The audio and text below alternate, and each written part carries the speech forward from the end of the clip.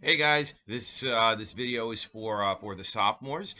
Today we're going to talk about. Oh, remember to watch this video from start to finish. That is very important. And watch it on Wednesday. So when we have our class on Thursday, everyone's up to speed. So everyone will be able to follow along on Thursday. So remember, watch this video from start to finish. Okay, so today we're going to talk about the aftermath of the Mexican War and what the atmosphere was in the United States, particularly in the South, after the war was over. Remember, Ralph Waldo Emerson said that fighting Mexico was like swallowing poison because it unearthed the whole issue of slavery again, right? Because slavery, the tensions between North and South were always right there under the surface. And the thing is, getting all this new land from Mexico just reawakened the whole slavery issue. So it was the Mexican War and our victory in the Mexican War, gaining all that land, was actually the beginning of the end of the Union between North and South. So the Mexican War had fateful consequences. Emerson was right; it was like swallowing poison. Now, 1848, we had just come off this huge victory, enormous land gains for the United States, particularly California, Mexican recognition of Texas, all those other areas in the Mexican cession. So we gained an enormous amount of land from the Mexican War. But again, it brought up the whole issue of slavery in the territories. And the slavery debate threatened unity not only between North and South, that's the most important, but it also threatened unity within the Democratic and Whig parties because both the Democrats and the Whigs were bisectional parties. There was strong northern support for the Democrats, strong northern support for the Whigs. There were a lot of Southern Democrats and a lot of Southern Whigs. Excuse me. So both parties were bisectional. But the thing is, Northern Democrats tended to tolerate slavery, while Northern Whigs tended to be more opposed to slavery. So that's why, in the long run, the viability of the Whig Party was really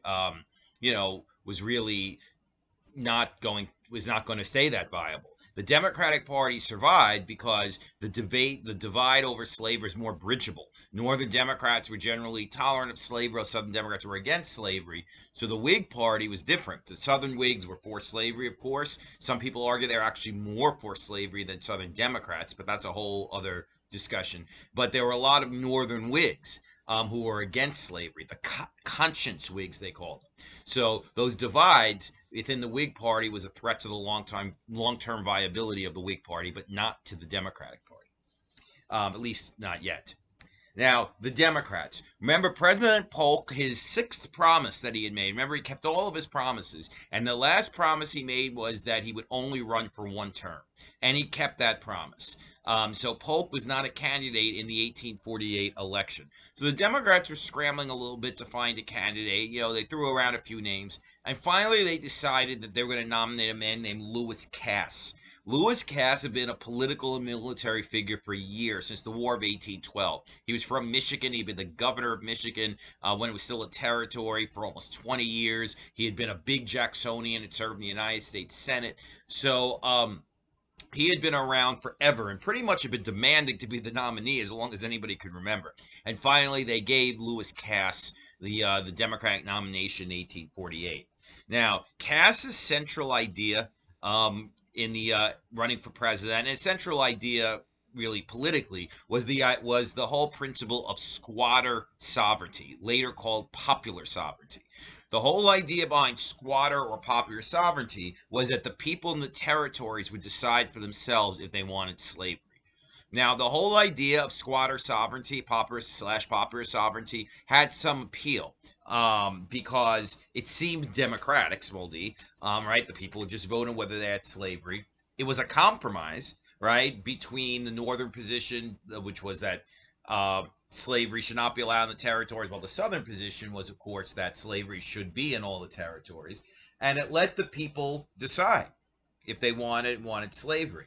But this position was unacceptable to a lot of Northerners because Northerners did not even want to theoretically allow slavery to potentially spread into the territories. A lot of the territories, if they got a chance to vote on whether they want slavery or not, probably would have voted against slavery just because of the geography and demographics of those territories. But just the idea that it was even possible to have slavery in the territories was unacceptable to a lot of Northerners. As so, for them, the whole principle of squatter popular sovereignty was a non-starter. Now, the Whig Party was in a very bad position because the Whig Party, for the most part, had opposed the Mexican War, but the Mexican War turned out so well for the United States. So they were on the unpopular side of a winning war. So the Whigs pretty much thought that the only chance they really had going into this election was to nominate a general. Remember, that format worked for them in 1840 when they nominated William Henry Harrison, Old Tippy Canoe. So they really felt they had no other option. Henry Clay tried again to win the Whig nomination in 1848. He was already in his 70s. This was his fifth attempt at the presidency. And Clay actually had been building up support for months. Going into the Whig convention in 1848, and it still looked like he had a chance to get the nomination. But the fact that he had lost so many times, and again, the Whigs figuring that we have to nominate a popular general to have any chance of winning, really made the Whigs pretty much cast Henry Clay aside. Even Henry Clay's best friend, a man named John Crittenden, who was a politician in his home state of Kentucky, was actually quietly lobbying against Clay's nomination. When Clay found out, he never spoke to Crittenden again, except on his deathbed when Crittenden came to visit Clay. But yeah, so that's pretty bad if your best friend is now pretty much turning against you. So the Clay did not get the nomination, and they decided to go with a general. Now, the two possibilities, the two big heroes of the Mexican War, one was Winfield Scott, old fuss and feathers, right? The guy who charged into Mexico City, right, and toppled the Mexican government, and then Zachary Taylor.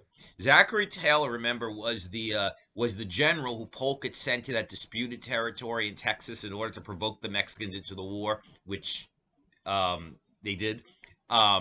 So Taylor also, had, fought many winning battles, being heavily outnumbered by the Mexicans. And he captured the public imagination because, he was very unpretentious, did not dress in a general's uniform, wore regular clothes into battle, seemed very down to earth and, like regular guy. So Taylor certainly would have more popular appeal than someone like Scott, who was seen as kind of pompous. Also, Scott was seen, I don't know if this is correct, but Scott was seen as more anti-slavery, while Taylor was a slave owner. In fact, he owned hundreds of slaves on plantations in Louisiana and Kentucky. Now, Zachary Taylor, therefore, got the Whig Party nomination for president in 1848. This, in many ways, was so strange. Zachary Taylor was 64 years old when he was nominated for president by the Whigs. He had never voted in his life, ever. Also, he really didn't take any positions on political issues. He said in early 1848 he was more of a Whig, and that was enough for the Whig Party to nominate him for president. But lacking any clear positions on political issues helped Taylor in the election because it was very hard to criticize him on anything because he hadn't really taken any positions. It had no political record either. So his lack of experience and lack of stands on any political issues helped him, and it helped him in both the North and the South because he was acceptable enough to each section because he didn't take any real clear political positions. Now, the one thing that made the 1848 election a little bit more complicated than most elections was the fact that there was a major third party running in this election, and that was the Free Soil Party. Now, free soilism or the free soil ideology emerged as the most important political philosophy of the 1850s. So that's in a few years. It became the dominant political philosophy in the North in a matter of maybe 5, 6 years. In fact, the Republican Party was founded on the principle of free soilism. What free soilism is, it's opposition to slavery in the territories. So free soilers weren't abolitionists. They didn't say that slavery should be abolished everywhere. They just said that slavery should be banned in the territories. And the reason they gave for that position was they said slavery hurt white people's chances of succeeding. So if you're going to go out west, it's very hard to get a job and compete, if you have to go up against people who aren't paid, slaves. So slavery actually hurt white people's chances of succeeding. So it generally didn't go into like the moral horror of slavery. It generally just focused on, well, slavery is actually bad for white people. So some people call it white man's anti-slavery or racist anti-slavery. But slavery destroyed white people's chances of advancing in society by having to compete with labor that's free. The land out west should be preserved, in their words, for free labor. And again, even though they didn't do that well in 1848, free soilism became the dominant political philosophy in the North in the next decade. And was a major reason for the further split between North and South. Because even though the Free Soilers weren't abolitionists, just opposing the expansion of slavery in the South was opposing the expansion of slavery in the territories was an unacceptable position to most Southerners. Now, the party was kind of a motley crew of conscience Whigs. There were a lot of Northern Whigs who were really against slavery, didn't want to vote for Taylor because Taylor was a slave owner, and also a substantial number of Northern Democrats, particularly Democrats from New York State. Now, there was a group of New York Democrats called the Barn Burners, and the Barn Burners were generally New York Democrats who were more opposed to slavery. They had been engaged in a variety of squabbles with President Polk in the past few years. And the Barn Burners split from the Democratic Party in 1848 and were the heart of this new Free Soil Party. Now, the man they nominated for president in the Free Soilers in 1848 was ex-President Martin Van Buren. Now, Martin Van Buren, remember, had been the founder of the Democratic Party, right? He created the party as a way to advance Andrew Jackson's career. He had pretty much given his life to the Democratic Party. But by 1848, he was very bitter and vengeful, angry about what had happened in 1844. Remember, he wanted the nomination, but because he came out against Texas, they gave it to Polk instead. So he's still angry, very angry about that. And he was a barn burner in New York, and Van Buren's politics had become more anti-slavery as time went on. Remember, I don't know if you remember, but Van Buren actually never seemed to have much of a problem with slavery throughout his career, and including during his presidency. He actually wanted the Amistad. In the Amistad, those are the slaves who mutinied and took over the slave ship. He actually wanted them sent into slavery in Cuba as opposed to being sent back home to Africa. So he had never really been an anti-slavery politician, but in retirement, his politics were beginning to change.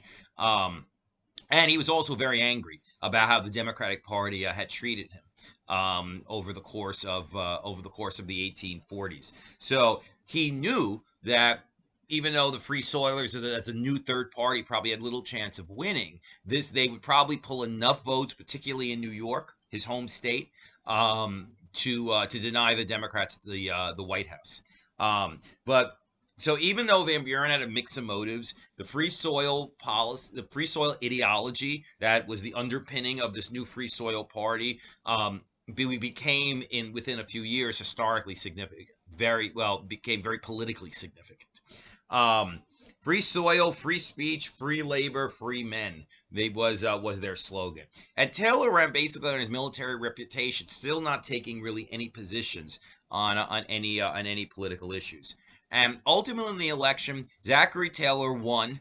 He won 47% of the vote to Cass's 42% and Van Buren's 10%, which might not seem that good for a former president, but actually is pretty good for a third-party candidate. In the Electoral College, Taylor won 163, Van Buren Taylor won 163, Cass won 127, and Van Buren won 0. But Van Buren's role was pivotal because Van Buren won as many votes in New York as Cass did. So that split the Democratic vote and enabled Zachary Taylor to carry New York. And those New York's 36 electoral votes were decisive. If they had gone to Cass, then Cass would have been elected president. So if Van Buren's goal was to sabotage the Democratic Party, he succeeded. Even though a lot of the that 10% that he won nationally, a lot of the support that Van Buren won as a free soil candidate came out of the Whig Party. Because remember, anti-slavery Northerners tended to be more Whiggish than Democrats. So he probably hurt everybody, but he really hurt the Democrats because he denied them New York, and with New York, the Democrats lost the election. So Zachary Taylor has now been elected president of the United States. Now, again, this is a man who had never taken any political positions at all. He was a career military officer. He was a Southern slave owner, which led a lot of Southerners to believe he was on their side, which actually turned out to be mistaken, which we'll talk about in live class. No political experience at all, and really no commitment really to Whig Party principles or philosophy. So in many ways, this was an very, very odd choice. It was purely politics because they thought that Taylor was going to have the best chance of winning because of his heroics in the Mexican War. Excuse me. Now, Taylor came to power to the presidency at a time of deep anxiety in the South. The South is always paranoid, about a lot of things during this time. Always thinking that the North was plotting against them, particularly plotting ways for them to have to get rid of slavery. But again, the Mexican War bringing all those new territories. I know I've said it 1,000 times, but bringing all those new territories into the United States create even more anxiety in the South because the South was like, I know, just wait. The Northerners are going to try to deny us the right to expand slavery into these territories, and then Southerners had to figure out what the next step would be if that happened. And they pretty much figured that was going to happen. And to them, remember, slavery equals South. Slavery was integral to the Southern identity. So even saying that you're just against the expansion of slavery, even if you're not saying, oh, I want to abolish slavery, period, just having the free soil position was unacceptable to them. So they always felt like they always had like the siege mentality, like the North was kind of plotting against them. But in many ways, their paranoia was not justified. The president of the United States was a Southerner, Zachary Taylor. He was born and raised in Kentucky. He had 2 plantations in Mississippi and Louisiana. The majority of the cabinet was Southern that Taylor appointed. The majority of the Supreme Court was Southern. They had relative parity in the Senate. There were as many slave state senators as there were free state senators, even though they were worried that they would lose that if some of those territories became, especially California, became free states. So that became a particular area of concern for them. Cotton prices were high. There really was no serious abolitionist movement in America. There were abolitionists, of course, but in terms of politically, they really didn't have much power. So they were not going to lose slavery, at least in the South. But they still had this incredible anxiety. And one is they were fearful that, they would lose their parity in the Senate, so there would be more free state senators than there were slave state senators. There was really, when they looked at the map, all that new territory that we had gained, really none of those territories looked like they would actually have slavery. California was not going to have slavery, really. Some of those New Mexico territory, it was just desert. Utah territory, that's where the Mormons had moved, and the Mormons really were not, big onto slavery. So when they looked at the map, there really weren't any areas, that they thought they could actually expand slavery. That's why they got so desperate and were looking at Cuba, which we talked about in our live class the other day. And also, and perhaps this is the biggest thing, their anger at any Northern attack on slavery became stronger and stronger. And their definition of attack on slavery is very broad. Again, just being a free soiler, just opposing the expansion of slavery was seen as unacceptable and an insult to them. An attack on slavery was seen as an attack on them to a lot of Southerners. And abolitionism itself was blown way out of proportion by Southerners. Southerners believed falsely that the North was just full of abolitionists, that most Northerners were abolitionists and wanted to get rid of slavery. That was not true, as we discussed, but that was the perception. And they were angered by a variety of proposals that Northerners had made. Some Northerners said we have to get rid of the slave trade in Washington, D.C. There was literally a slave market a few blocks away from the Capitol. And this was so offensive to Northerners. Slavery was perfectly legal in Washington, D.C. Washington, D.C. is a southern city. A lot of people forget that. But the idea of slaves being bought and sold in Washington, D.C. was something that was seen as completely unacceptable to Northerners. And the Northerners seeing that as unacceptable was seen by Southerners as an insult. One of the biggest issues that really divided North and South was the issue of runaway slaves. Now, they were very, very few runaway slaves. Probably only out of the 4 million slaves, there were probably only about 1,000 slaves who successfully escaped every year. So it was very, very rare for a slave to escape. But when they did, they were often assisted by Northerners. Because it was, of course, the famous Underground Railroad, right, which was a series of safe houses in the North where slaves hid when they were making their escape to freedom as their way into the North, or potentially Canada. A lot of slaves went there. Northerners were assisting.